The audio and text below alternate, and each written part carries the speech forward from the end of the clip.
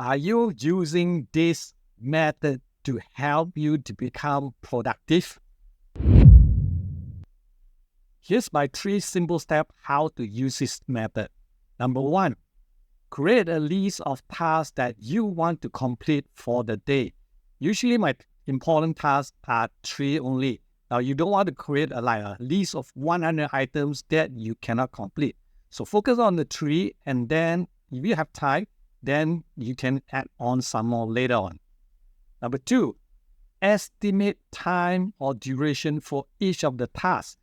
For example, you want to complete one task, you have to estimate how much time do you need to complete that task. Now, usually for those that is shorter than 15 minutes, I'll call them a quick task or quickies, then I will group them up and do it together.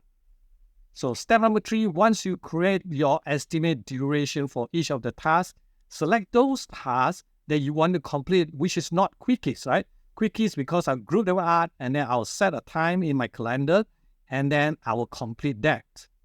So once I select one of the tasks that I want to use this timer method, right? The timer method, which is the Pomodoro technique. So how does it work? Okay, so first thing, set your timer to 25 minutes, right? So you have 25 minutes to work on, and then after that, you get 5 minutes break. So one of the Pomodoro block is equivalent to 25 minutes work plus 5 minutes break. So if you have, example, one task that you need to complete within an hour, meaning that you have to use up 2 Pomodoro blocks, which is 25 minutes, 5 minutes break. If you don't want to take a break, then you can just take a sip water or just go toilet break and then come back and continue and finish your work. So this timer method or Pomodoro method is very useful if you know about Parkinson principles, because it helps us to monitor and we are more productive if we are under time constraint. So try it out, right? So what you need to do is after you complete that task, next you're going to just repeat the same thing for the next task until you complete your 3 major tasks of the day.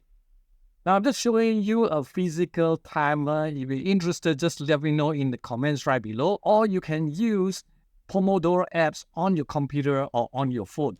Just check out in the description below with a list of the Pomodoro apps that you can use it for free. So my challenge to you is try this method for a week and come back and let me know how it impacts your work productivity. By the way, I'm Andrew. If you like this type of video on work productivity, do subscribe to our channel and turn on the notification bell so that every week when we publish new content, you will be notified.